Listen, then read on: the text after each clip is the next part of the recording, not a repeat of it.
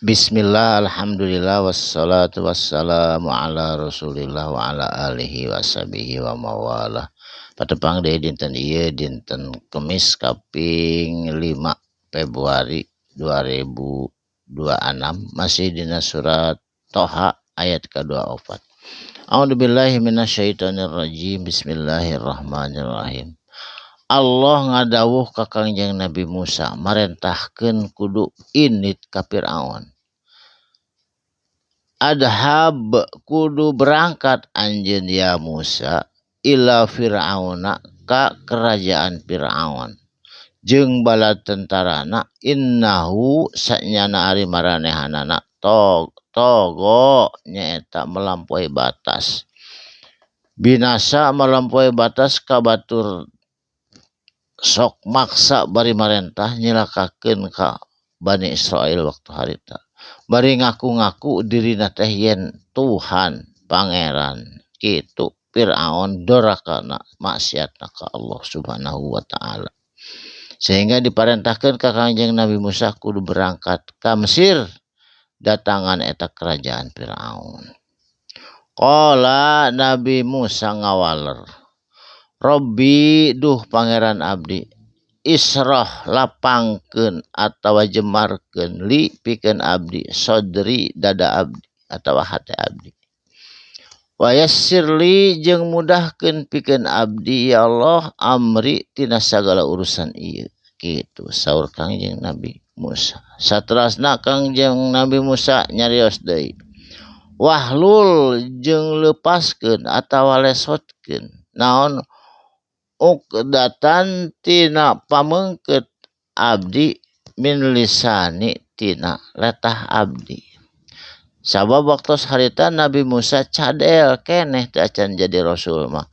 Margi keur alit kantos nuang areng atawa ruhak anu keur menyala. Waktu jangotna Firaun ngadadak minta pilihan pilih roti atawa seuneu. Ternyata Nabi Musa supados ulas curiga langsung nyanak arang dituang sehingga cadel. Tapi saatosna janten Rasul ya Kangjeng Nabi Musa langsung damang ku Allah didamangkeun tina cadelna. Saterusna yafqahu supaya ngarti saha kaum abdi qauli tina ucapan abdi. Ari teu cadel mah pan ngantoseun. Upami cadel mah rada kaikat eta lisanna dibukakeun ku Allah.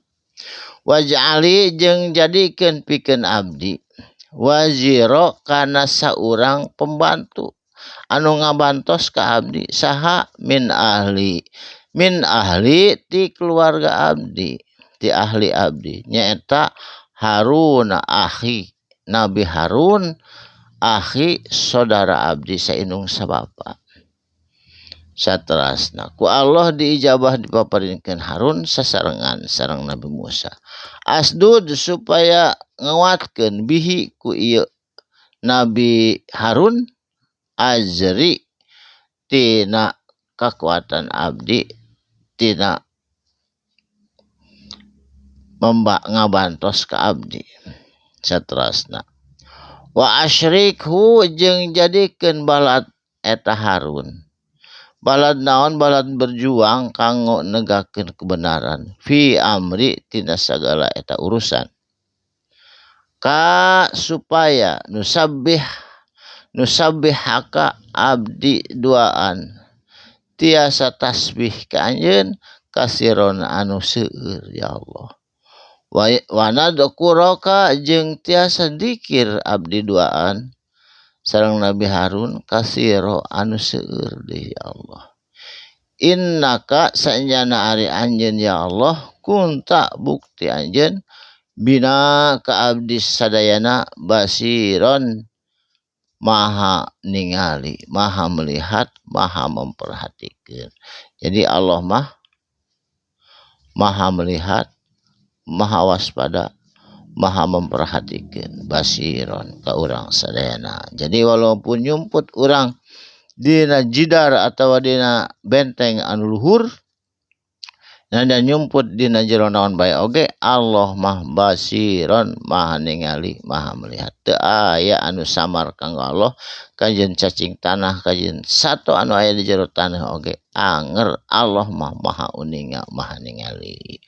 Barakallahu li wa lakum mugi aya manfaatna dinten ieu kalian insyaallah patebang deui dinten anjing dina waktos sareng gelombang anu sami kalian urang sadayana sadarehat sehat lahir sehat batin kalayan aya dina jemar manah oge rezeki nu barokah urang sadayana aya dina panyalindungan Allah Subhanahu wa taala.